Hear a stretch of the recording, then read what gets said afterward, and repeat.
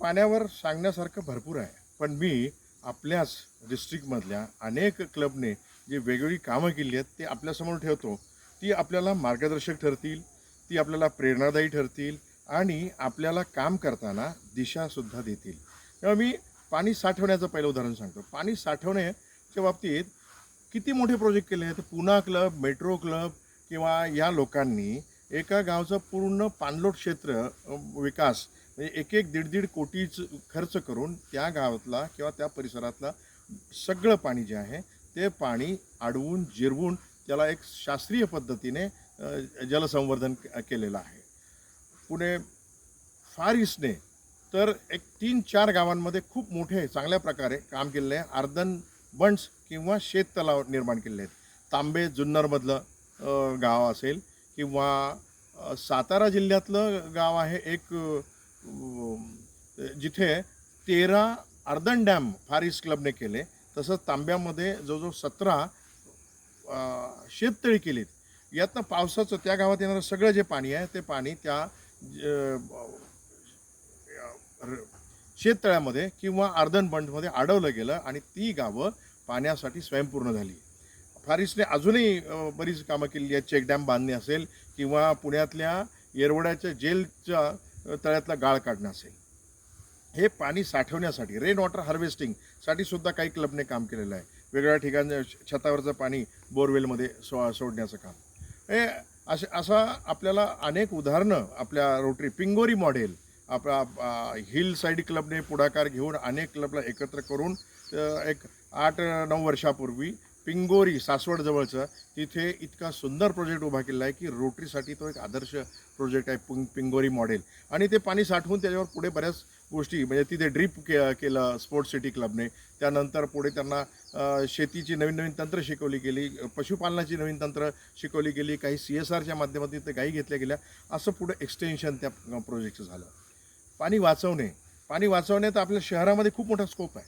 शहरामध्ये आपण काय काय केलं आहे पुण्यामध्ये तर नळांना एरिएटर्स बसवणे. गेल्या वर्षी DG मंजू फडकेंचा हा एक ॲम्बिशियस प्रोजेक्ट होता.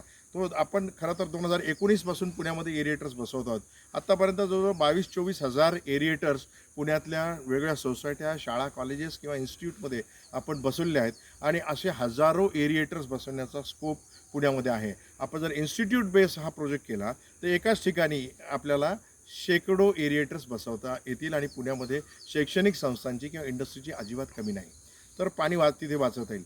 सेम एरिएटरसारखं दुसरं डिव्हाइस जे आहे ते नळाच्या इनलेटला बसवलं जातं, ज्याला फ्लो रेग्युलेटर असे म्हणतात. आम्ही जवळजवळ गेल्या 4 वर्षामध्ये 10,000 नळांना विशेषतः शाळांच्या नळांना हे फ्लो रेग्युलेटर बसवून लाखो लिटर पाणी रोज आपण वाचवत आहोत. तर पाणी वाचवण्याचे हे 2 सोपे स्वस्त उपाय आपण उत्तम रीतीने करू शकतो आणि लाखो लिटर पाणी दर दिवसाला आपण वाचवू शकतो. पाणी प्रदूषित न होऊ देणे. पाणी प्रदूषित म्हणजे काय? सॉलिड वेस्ट मॅनेजमेंटचं कोणतंही काम म्हणजे पाण्याचं प्रदूषण होण्यापासून वाचणे किंवा पाण्यात जाणारं वेगळं म्हणजे मटेरियल आहे ते मटेरियल कसं आपल्याला प्रदूषित करणारं मटेरियल वाचवता येईल याच्याविषयी चर्चा होऊ शकते. परंतु सगळ्यात मोठा प्रोजेक्ट जो झालेला आतापर्यंत 2016-17ला भिगवण रोटरी क्लबने भिगवण ग्रामपंचायतीबरोबर आणि रोटरी क्लब ऑफ युनिव्हर्सिटीबरोबर टायअप करून किंवा सिनर्जी करून जो 650 शोष खड्डे भिगवण गावामध्ये घेतले. भिगवण गाव हे गटरमुक्त केलं, डासमुक्त केलं आणि रोज साधारण 6.5 लाख लिटर पाणी हे त्या शोष खड्ड्याच्या मार्फत जमिनीमध्ये मुरतं आहे. आणि भिगवणचा वॉटर टेबल हा खूप चांगल्या रीतीने म्हणजे लक्षणीय म्हणतो आपण ज्याला मराठीमध्ये दखल घेण्या इतका वाढलेला आहे. हे पाणी प्रदूषित न होता ते जमिनीत जिरवणे म्हणजे त्याची गटर रूपांतर होण्याऐवजी ते जमिनीत जिरवणे हा अतिशय असे प्रोजेक्ट भिगवण क्लबनेच तिथं वेस्ट वॉटरसाठी काम केलेलं आहे. तिथे युनिट बसवलेलं आहे. किंवा युवा क्लब दरवर्षी आपल्या निर्माल्याचं जे श्रेडिंग करून खत निर्मिती करतो तो एक चांगला उपक्रम आपल्यासमोर आहे. पाणी रिसायकलिंग ऑफ वॉटर म्हणजे आपण पुण्यामध्ये 3 ओढे असे आहेत की ज्याचा आपण नैसर्गिक पद्धतीने ग्रीन टेक्नॉलॉजीने अतिशय कमी पैशामध्ये आपण वाहत्या नाल्यालाच पाणी शुद्ध केलेलं आहे. वाल्हेकरवाडीने रोटरी क्लब वाल्हेकरवाडीने हा प्रोजेक्ट केलेला आहे.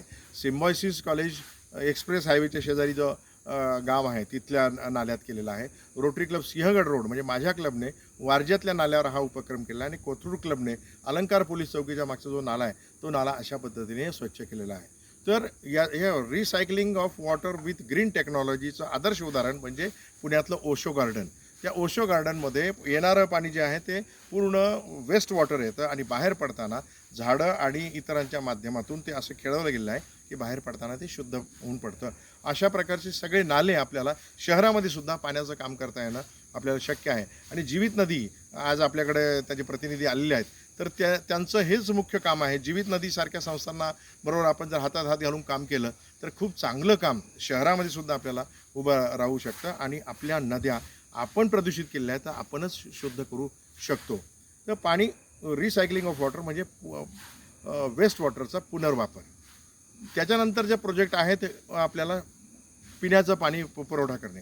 मित्रांनो, आपण इथे पुण्यापासून 40 किलोमीटर भोर आणि ह्या सह्याद्रीच्या रेंजमध्ये गेलं तर 3000 मिलीमीटर पाऊस पडणाऱ्या गावांमध्ये डिसेंबर जानेवारीमध्ये प्यायचं पाणी नसतं आणि बायकांना हंडा घेऊन अर्धा दिवस 4 तास पाण्यासाठी वन भटकावं लागतं. याच्यामध्ये त्यांचा सगळा दिवस पाणी शोधण्यात जातो. त्यामुळे त्यांना कुठलंही उत्पादित काम म्हणजे शेतात काम करता येत नाही, मजुरीला जाता येत नाही.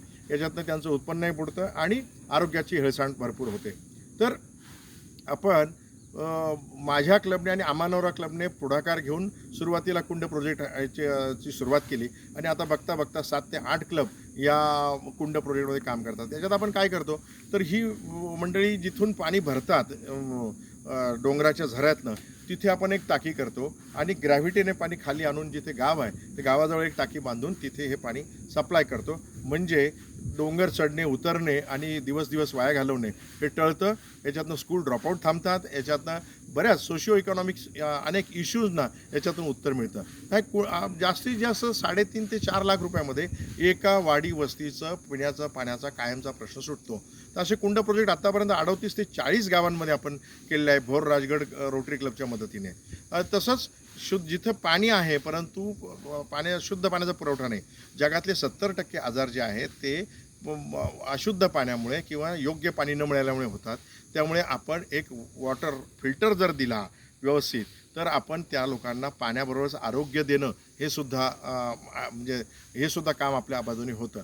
त्यामुळे तिथे आपण वॉटर ATM जवळजवळ आत्तापर्यंत 30 ते 35 गावांमध्ये रोटरी च्या डिस्ट्रिक्ट 3131ने बसवलेले आहेत. तर शुद्ध पाण्याचा पुरवठा.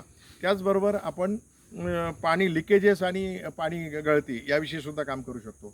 जलसाक्षरतेविषयी रोटरी वॉटर ऑलिम्पियाड, जलसाक्षरता अभियान, नंतर जलोत्सव या अशा प्रकारचे अनेक उपक्रम आपल्या डिस्ट्रिक्टमध्ये सुरू आहेत. परंतु यावर्षी आपण एक विशेष उपक्रम 15 रोटरी क्लबच्या माध्यमातून हातात घेतला आहे. जे 15 गावं निवडली आहेत, त्यासाठी त्याला 15 रोटरी क्लब जोडलेत.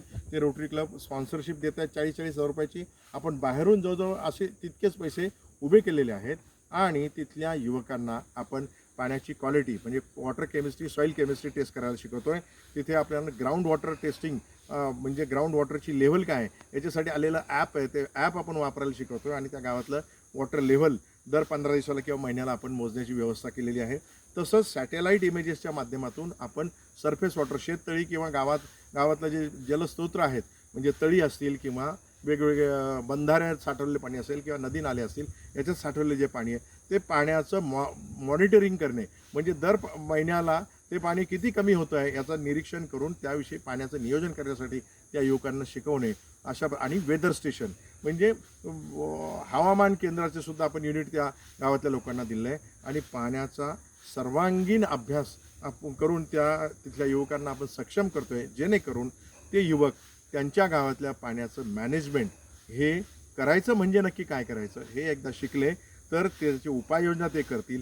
शासनाच्या किंवा रोटरीच्या किंवा NGOच्या किंवा CSRच्या माध्यमातून आम्हाला नक्की हे करायचं आहे हे उपाय त्यांनी समोर मांडले की त्यांना फंड्स पण मिळतील आणि त्या गाव पाण्याच्या बाबतीत अधिकाधिक शाश्वतीकडे जाईल म्हणजे सस्टेनेबल वॉटर अवेलेबिलिटी आपण ज्याला म्हणू अशा प्रकारचं ते होऊ शकतं.